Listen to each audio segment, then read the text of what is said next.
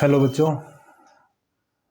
जैसे कि पिछले कई दिनों से आपके बार बार कॉल्स आ रहे थे कि सर जो अभी एचपीएससी ने पीजीटी के लिए सिलेबस निकाला है उसमें क्या रहेगा, कैसे रहेगा, क्वेश्चंस कैसे आएंगे, कैसे तैयारी करनी चाहिए। ये कुछ क्वेश्चंस थे हर बच्चे के थे जो बार बार एक ही कॉल आ रही थी कि जी हमें करना क्या है, कैसे करेंगे।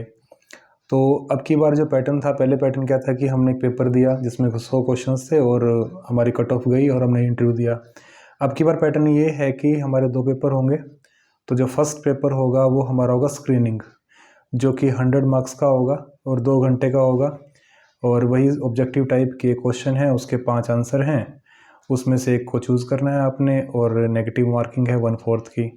बात ये है कि ये पेपर सिर्फ क्वालिफाइंग है और इसके अंदर जैसे जो हमारा नेट का पेपर था, नेट का फर्स्ट पेपर था, ऑलमोस्ट वही सिलेबस है। जैसे कि आपका डीआई है, कंप्रीहेंशन है, पेडागोगी है, आपका कुछ हिस्सा रहेगा जैसे हिस्ट्री है, ज्योग्राफी है, कल्चर ऑफ हरियाणा है।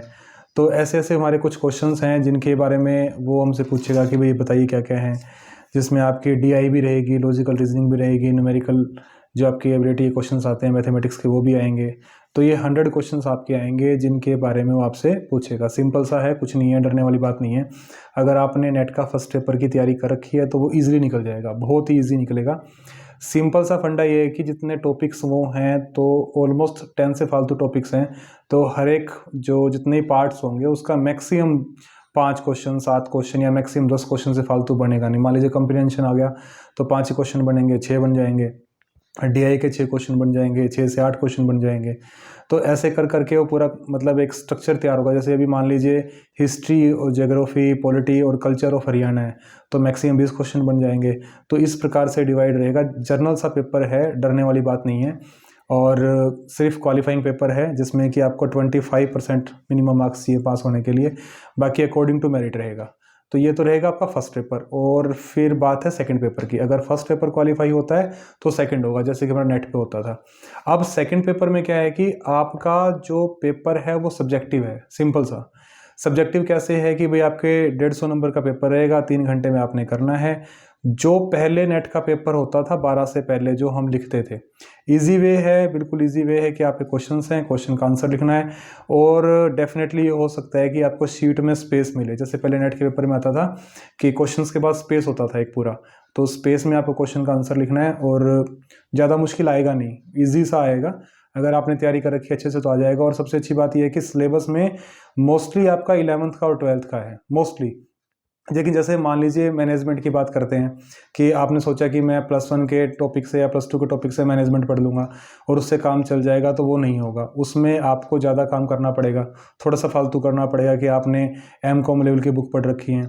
और सबसे अच्छी बात आपके लिए है कि जो कॉमर्स का पेपर होगा वो हिंदी और इंग्लिश दोनों में होगा लिखने में। तो जो हिंदी मीडियम से हैं उनके लिए कोई इशू नहीं है, वो बिल्कुल आराम से लिख सकते हैं। और जो पेपर आप लिखोगे उसमें 35% मिनिमम मतलब आपका रहेगा क्राइटेरिया पास होने के लिए कि 35% अगर आपके हैं तो आप पास हो जाएंगे। और उसके बाद मेरिट बनेगी। 2 टाइम्स को बुलाएंगे इंटरव्यू में। मान लीजिए जितने बच्चे होंगे उसके 2 गुना इंटरव्यू में जाएंगे। और 87.5% जो है आपका रहेगा रिटन का और 12.5% रहेगा आपका इंटरव्यू का। तो ईजी सा है, ज़्यादा पैनिक होने की ज़रूरत है नहीं कि भाई पता नहीं क्या आ गया या क्या पूछ लिया या क्या पूछेंगे।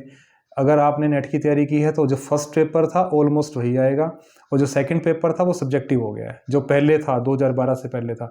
अगर आपने पढ़ रखा है तो कोई भी मुश्किल नहीं है, इजी है, वेरी मच इजी है। बल्कि ऑब्जेक्टिव से ज़्यादा इजी है, क्योंकि ऑब्जेक्टिव में तो अगर आपने निशान लगाया है तो पॉसिबिलिटी है या तो आप उसमें क्या है, या तो आपका सही होगा या गलत होगा, मतलब या तो कोई 0 मिलेंगी या 1 मिलेगा।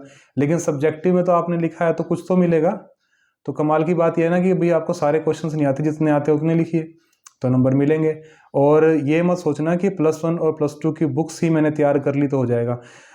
जिन बच्चों के पास नेट के नोट्स हैं, मेरे वाले शायद रखे होंगे कुछ बच्चों के पास, तो जैसे नामिका का फ़ोन आया था कल, तो जिनके पास भी नोट्स हैं वो नोट्स रिवाइज़ कर लें, क्योंकि नोट्स में हमने सब कुछ ही लिख रखा है। या फिर पुरानी बुक आती थी ट्रूमैन की, इंग्लिश मीडियम के अंदर ट्रूमैन की पुरानी बुक ले सकते हैं जिसमें सारे आपके क्वेश्चन आंसर मिलेंगे। उपकार की बुक आती थी हिंदी मीडियम की, वो ले सकते हो। प्रतियोगिता दर्पण की शायद आती थी, प्रतियोगिता किरण की या दर्पण की एक आती थी, लेकिन उनसे बेटर है उपकार की ले लो अगर प्रोना एडिशन मिलता है तो, या ट्रूमैन का ले लो प्रोना एडिशन मिलता है तो। आप उसमें से करें, नेट का ही सिलेबस है, ज़्यादा कुछ लंबा चौड़ा है नहीं। मैं फिर कह रहा हूँ कि ईजी रहें, बिल्कुल आराम से करें, पेपर क्वालिफाई हो जाएगा, कोई भी इशू नहीं है। जिस बच्चे ने 2 महीने मैक्सिमम पढ़ लिया, मैक्सिमम टू मैक्सिमम है 2 महीने, आप महीने में पेपर निकाल सकते हो। आपके नेट के जितने भी नोट्स हैं वो नोट्स उठा के रगड़ दो और अपना फोड़ दो पेपर, कुछ है नहीं, ज़्यादा पैनिक होने की ज़रूरत नहीं है। मैं फिर कह रहा हूँ, बार बार फ़ोन करना, क्या होगा, कैसे होगा, फेल होएंगे, पास होएंगे। अगर आपने पढ़ रखा है तो आप डेफिनेटली पास होगे। एक दिन में कोई पेपर क्वालिफाई नहीं होता, लेकिन हाँ एक दिन ज़रूर होता है। अगर आपने थोड़ा करके पढ़ रखा है तो हो जाएगा।